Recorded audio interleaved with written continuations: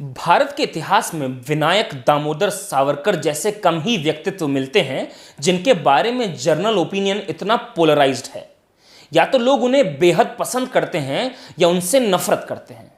एक हिस्सा उन्हें महान क्रांतिकारी बताता है तो दूसरा उन्हें अंग्रेजों से माफी मांगने वाला बताता है। इस बात में कोई दो राय नहीं है कि विनायक दामोदर सावरकर वीर रहे हों या नहीं, वो एक इंटरेस्टिंग और कंट्रोवर्शियल फिगर हैं जो कंटेम्प्रेरी पॉलिटिक्स में रेलेवेंट भी हैं और जिनके इर्द गिर्द आज तक राजनीति गढ़ी जाती है।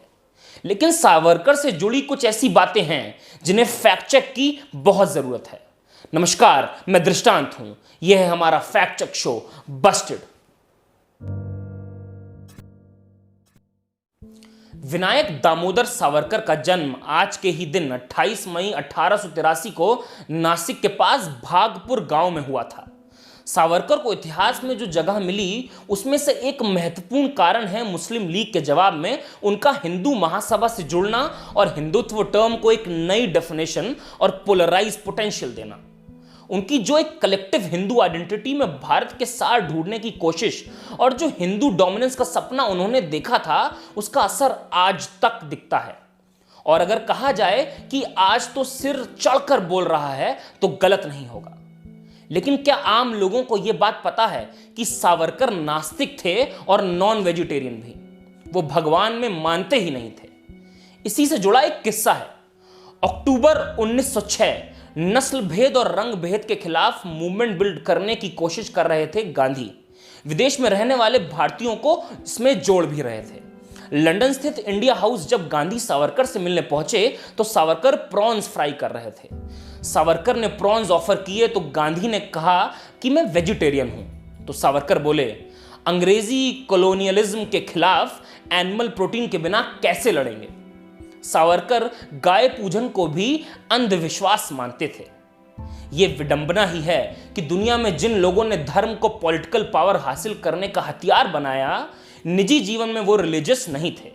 चाहे वो सावरकर हों या जिन्ना, जो पोर्क मीट को खूब लुत्फ लेकर खाते थे और रेड वाइन के भी शौकीन थे। भारतीय दक्षिण पंथ के कुछ शीर्ष पुरुषों में सावरकर का भी नाम है। सावरकर को हीरो मानने वाले लोगों का यह भी एक क्लेम रहता है कि सावरकर ने 1857 की सिपॉय म्यूटनी को पहली बार first war of Indian independence कहा था, जो कि फैक्ट्स की कसौटी पर कुछ कच्चा लगता है। सावरकर ने 1909 में लिखी अपनी किताब the history of the war of Indian independence में सिपाही विद्रोह को फर्स्ट वॉर ऑफ इंडिपेंडेंस कहा तो था, लेकिन वो ऐसा करने वाले पहले आदमी नहीं थे। कार्ल मार्क्स वो पहले आदमी थे जिन्होंने सिपॉय म्यूटनी को फर्स्ट वॉर ऑफ इंडिपेंडेंस लिखा था।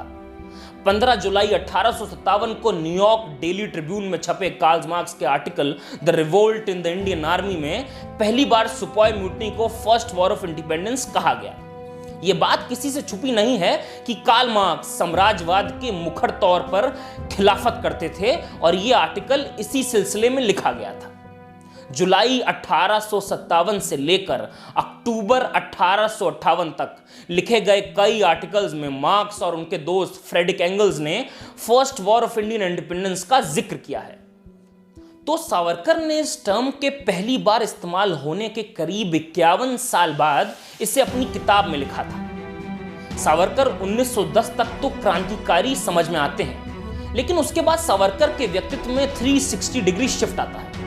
काला पानी की सजा के बाद के सावरकर का पहले के सावरकर से कोई रिश्ता नहीं मिलता। सावरकर को इसके बाद भी चतुर क्रांतिकारी बताने वालों को फैक्ट्स चैलेंज करते हैं।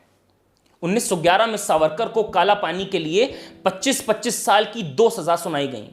उसके ठीक 2 महीने बाद सावरकर ने अपनी पहली मर्सी पिटीशन लिखी। सिर्फ 2 महीने बाद। अंडमान की कुख्यात सेलुलर जेल में बिताए 10 सालों ने सावरकर का अंग्रेजों के खिलाफ प्रतिरोध बढ़ाने की बजाय समाप्त कर दिया। सावरकर ने 10 सालों में 6 बार मर्सी पिटीशन लिखी और जो सावरकर 1909 में लिखी अपनी किताब में सेकुलरिज्म को सेलिब्रेट करते दिखते हैं, उनसे इतिहास की फिर कभी मुलाकात नहीं हुई। 11 जुलाई 1911 को पहली बार सेलुलर जेल में सावरकर का जब वजन नापा गया तब वो 112 पाउंड के थे। लेकिन 3 साल बाद जब उन्होंने अपनी चौथी मर्सी पिटीशन लिखी तब उनका वजन 126 पाउंड था। यातनाओं के लिए कुख्यात सेलुलर जेल में वो ऐसे पहले व्यक्ति थे जिनका वजन घटने की बजाय 14 पाउंड बढ़ गया।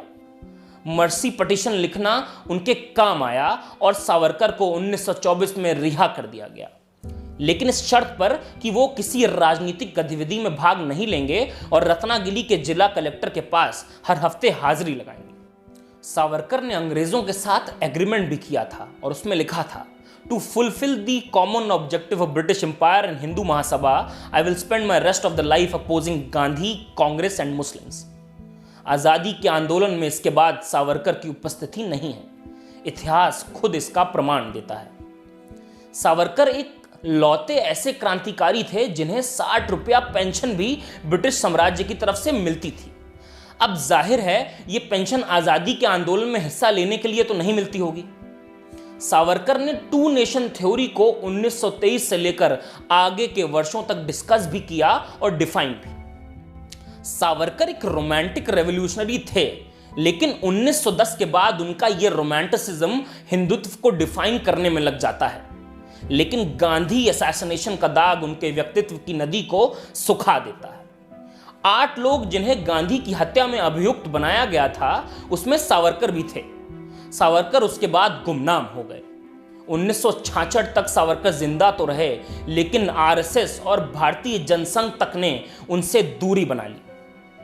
कपूर कमीशन की रिपोर्ट में यह भी कहा गया कि यकीन ही नहीं होता कि सावरकर की जानकारी के बगैर गांधी की हत्या हो सकती थी। धनंजय कीर सावरकर की biography Savarkar and his times में बताते हैं, लाल किले में चल रहे मुकदमे में जज ने जैसे ही बाकी अभियुक्तों को बरी करते हुए गोडसे और नारायण आप्टे को फांसी की सजा सुनाई, कुछ अभियुक्त सावरकर के पैरों पर गिर गए और नारा लगाया, हिंदू हिंदी हिंदुस्तान, कभी न होगा पाकिस्तान।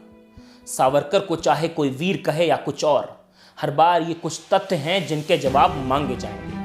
हर बार ये पूछा जाएगा कि जब अन्य क्रांतिकारी आज़ादी के आंदोलन में संघर्ष कर रहे थे तब सावरकर क्यों अपने चेलों के साथ हिंदुओं को एकत्र कर रहे थे, अंग्रेजों के खिलाफ नहीं, अपने ही लोगों के खिलाफ।